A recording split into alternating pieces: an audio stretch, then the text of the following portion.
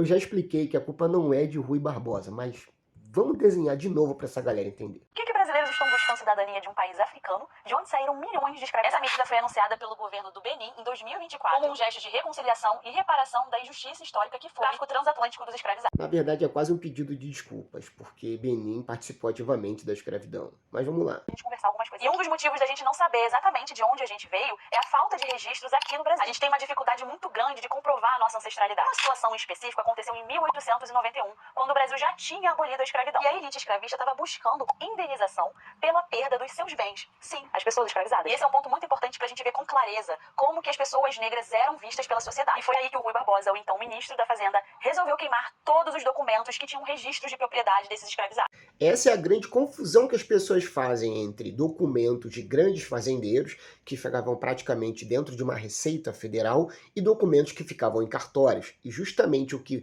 Rui Barbosa queimou foram documentos, por exemplo, que ficam na Receita Federal, diferente dos documentos que ficam em cartórios.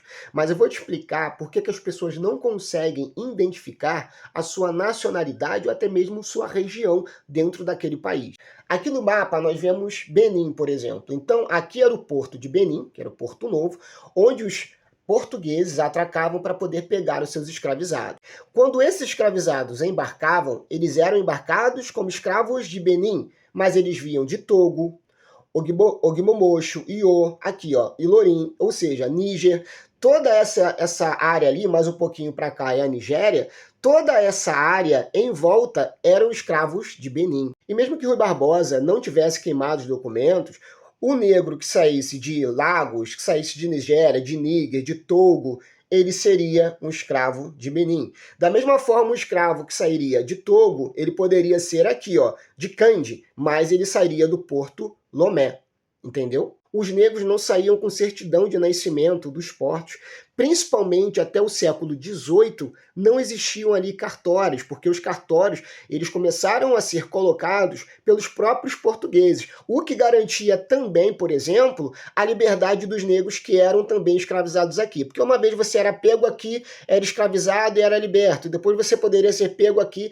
e ser pego novamente, enfim. Os cartórios foram que deram condições para que os negros não voltassem a ser escravizados, mas mesmo assim, eles corriam muito risco de ser escravizados novamente no continente africano. Mas no Brasil, por exemplo, as cartas de alforria durante 300 anos garantiram essa segurança para as pessoas que eram escravizadas e eram libertas. Tanto que nós chegamos, como eu já falei em vídeos anteriores, né, na abolição com apenas 15% de toda a população negra que veio, era 15% escravizada, 85% da população já era uma população negra liberta. Portanto, a culpa definitivamente não é de Rui Barbosa. Os documentos que ele queimou foram literalmente documentos de grandes fazendeiros, proprietários de terra, enfim. Esses documentos de alforria, eles ficavam no cartório, tanto que existem milhares de documentos de alforrias, existem registros ainda, né?